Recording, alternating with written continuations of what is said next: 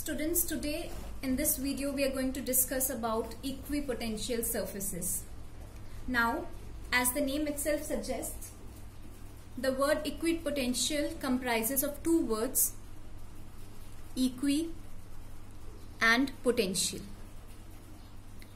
Equi means equal,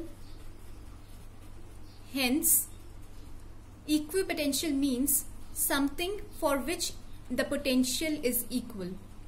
Now we have the term equipotential surfaces. It means a surface where the potential at every point on the surface has same value. So we can define an equipotential surface as the surface at which every point on the surface has same electric potential. Now we know electric potential due to a point charge V is given by V is equal to 1 upon 4 pi epsilon naught Q upon R. Now consider the circle which is red in color C1. Suppose plus Q charge is placed at its center. Now distance of every point on the circumference of this circle will have same distance from point charge plus Q. That is, since all these points, if I extend a line and join all the points on the circle, they will be equal to the radius of the circle, and we know radius of the circle is equal at all points. Hence R would be same for all the points on the circle C1. So my potential will be same at all the points on the circle C1. Hence if I join all these points which are at equal distance from point Q, I get a circle. So this circle C1 has equal potential at every point, and hence it is an equipotential surface. Similarly, if I consider circle C2, all the points are at equal distance from charge plus Q on this circle. So potential would again be same at all the points on C2 for the potential due to charge plus Q. Similarly, if I consider circle C3, all the points on the circle will be at same distance from the charge plus Q, hence they will have the same potential due to charge plus Q. Well, this is what equipotential surface is. Now all these circles C1, C2, C3, they have equipotentials. They have equal potential on their respective circumferences. Such surfaces which arise as equipotential surface due to a common charge are called equipotentials.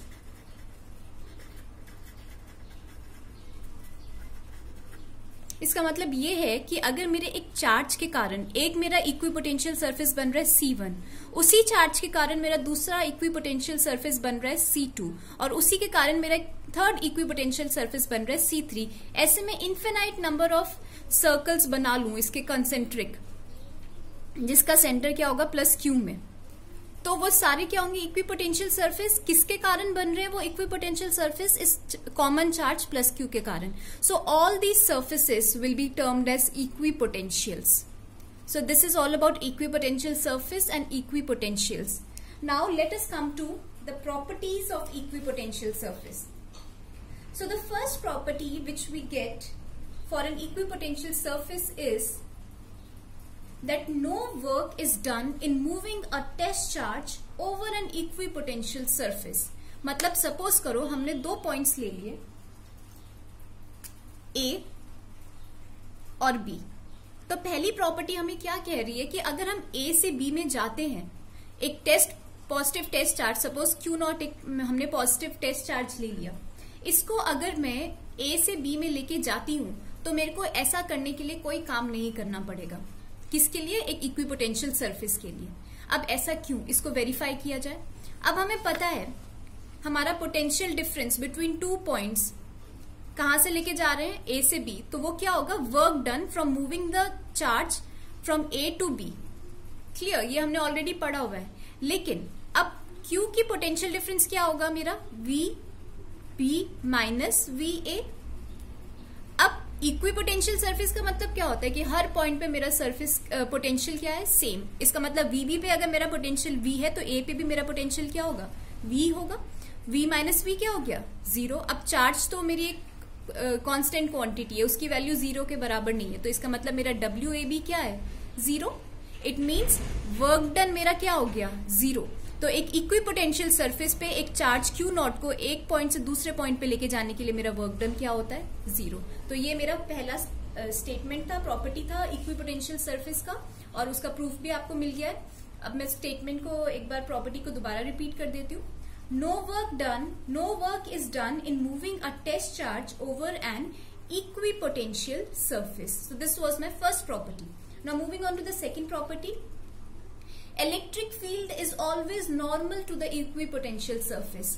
Now we know that electric fields due to a positive charge are radially directed outwards. So all my electric fields would be like this. So the property states that my electric field is always normal to the equipotential surface at every point.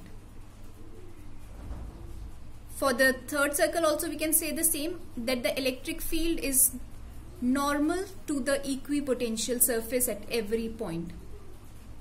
So coming on to the third property, equipotential surfaces are close together in regions of strong field and farther apart in regions of weak field. It means when my equipotential surfaces are close,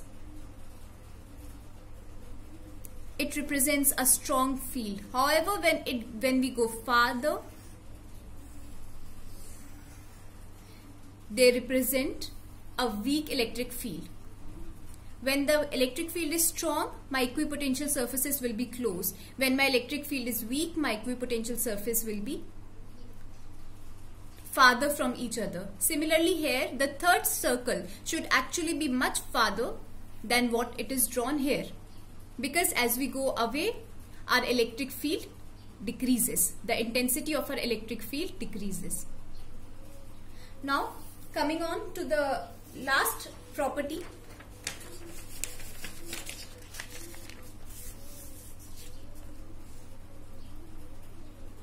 No two equipotential surfaces can intersect each other. Why so? We can say that no two equipotential surfaces can intersect each other because if they intersect, then at the same point there will be two directions of electric field, which is not possible. Electric field due to a point charge would be same and would have a single direction, but here in this case, if they are intersecting, they will have two directions, which is not possible. So this was all about my equipotential surfaces and its properties. I hope you are clear with this. Thank you.